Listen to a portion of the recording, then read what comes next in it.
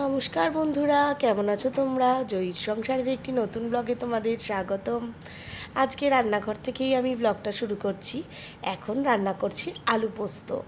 আলু পোস্ত বানানোর জন্য আমি এদিকে মিক্সিতে পোস্তটাও পেস্ট করে নিয়েছি। আর তার সাথে যেটা রান্না করব সেটা হচ্ছে বিউলির ডাল।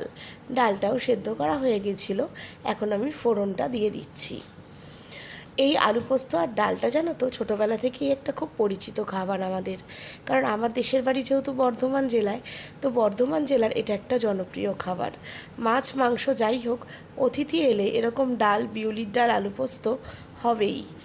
আর গরমের দিন হোক আর শীতের দিন হোক, এরকম একটা পাতলা খাবার খেতে বেশ ভালো লাগে। আর পোস্তটা তো প্রত্যেকেরই প্রিয়। তবে আজকের পোস্তটা আমি ঝোল ঝোল করছি না, একটু মাখা মাখাই করব। সাদাও হয়, তবে আমি একটু হলুদ দিয়েছি। রান্না আমার কমপ্লিট হয়ে গেছে। এদিকে দুটো ঘরেরই এই লাইটগুলো নষ্ট হয়ে গিয়েছিল, তাই আজকে এই লাইটগুলোকে চেঞ্জ করে নেওয়া হচ্ছে। পুজোর সময় ঘরে একটু কম আলো হবে, সেটা মোটেই ভালো লাগবে না। আর ড্রেসিং টেবিলের উপরে যেহেতু লাইটগুলো থাকে, তাই জন্য না এই লাইটগুলো নষ্ট হয়ে গেলে খুব অসুবিধা হয়। তাই আজকে রান্নাবান্নাও হয়ে গেছে, আবার এদিকে লাইটের কাজটাও হচ্ছে। এই সমস্ত কাজগুলো তাড়াতাড়ি করে সেরে নেওয়া হচ্ছে। এদিকে আমি ঘরদোরগুলোকেও একটু পরিষ্কার করে নিচ্ছি। ডিভানটা ঝেড়ে নিলাম, অন্য বিছানাগুলোও ঝেড়ে নিয়েছি। এইভাবে তাড়াতাড়ি করে কাজ করে নিচ্ছি, কেন জানো?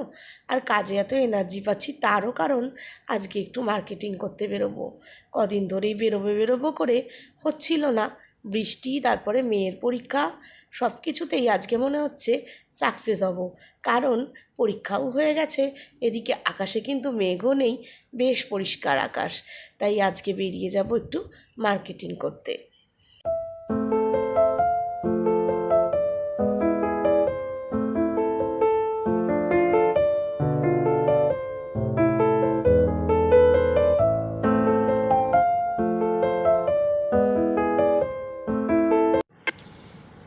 মেয়ে এখানে বসেছে আঁকতে। ওর ড্রয়িং স্কুল আছে, তাই স্যারের হোমওয়ার্কটা ও করে নিচ্ছে।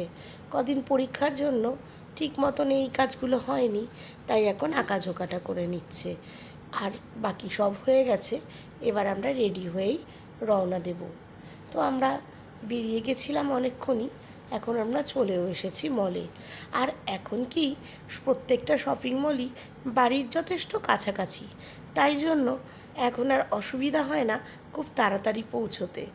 আগে কি হতো, ছোটোবেলায় শপিং মল যাওয়া মানে একমাত্র নিউ মার্কেটটাই ছিল সম্বল, তাই অনেক তাড়াতাড়ি বেরোতে হতো। কিন্তু এখন এই জাস্ট বেরোলাম, তার মধ্যেই মলে পৌঁছে গেলাম। মা এসেছে আজকে আমাদের সঙ্গে। আমি, মা আর মেয়ে তিনজন মিলেই এসেছি শপিংয়ে। আর একটা কি, ছোটোবেলায় তো যেটা পছন্দ করে দিতাম সেটাতেই হয়ে যেত, কিন্তু এখন তো নিজের পছন্দ হয়েছে, তাই নিজের যেখানে পছন্দ হচ্ছে না বলছে মাম্মা চলো আরেক জায়গায় যাই। তবে এখন প্যান্টালুন্সে ঢুকছি, তবে মনে হয় প্যান্টালুন্সে ঢুকলে পছন্দ হয়ে যাবে। কালেকশানগুলো বেশ ভালোই লাগলো, তাই এখন এখান থেকেই প্রত্যেকটা বাচ্চার জন্যই কিনে নিলাম। আর দেখো, বাচ্চাদেরটা কিনতে কিনতেও বড়দের দিকে একটু হলেও তো চোখ যায়, তাই বড়দের কালেকশানগুলোও বেশ ভালো লাগছে। তবে এদিকে এখন যাব না, কারণ ওদেরগুলো কিনতে দেরি হয়ে যাবে। আমাদের জন্য পরে আবার একদিন আসবো। তো বাচ্চাদের সবারগুলো কেনা হয়ে গেছে। মেয়ের আবার আমার বাবা মা অনেককে টাকা দিয়ে দিয়েছে, তাই ওগুলোও একটু কেনার জন্য আবার আমাদেরগুলোও কিনলাম, ওগুলোও কিনে দেওয়া হবে, তাই সের জন্য আরেকটা মলে এলাম। তবে ও কিন্তু এবার ক্লান্ত, এখন একটু খিদে পেয়েছে, অনেকক্ষণ আগে একটু ভাত খেয়ে এসেছে। আরও আসার আনন্দে খাওয়া দাওয়াও তখন মনে হচ্ছে না করলেই হয়। এখন নিজেরগুলো কেনা হয়ে গেছে, এখন বলছে মাম্মা এবার কখন বাড়ি যাব। তবু এখানে একবার এসেছি, দেখি যদি আরও কিছু পছন্দ হয় তাও আর দু একটা ওর জন্য নেব। তো আমরা এখন বার্গার কিংয়ে এসেছি, ও একটু বার্গার খাবে, আমরা একটু চা খাবো। এতক্ষণ ঘুরেছি তো, চাটা খেলে না মনে হচ্ছে যেন খুব রিল্যাক্স লাগবে। তো আজকের ভিডিওটা এই অবধিই থাকলো। তোমরা ভালো থেকো, সুস্থ থেকো, সাবধানে থেকো। নতুন একটা ভিডিও নিয়ে আবার তোমাদের সঙ্গে দেখা হবে।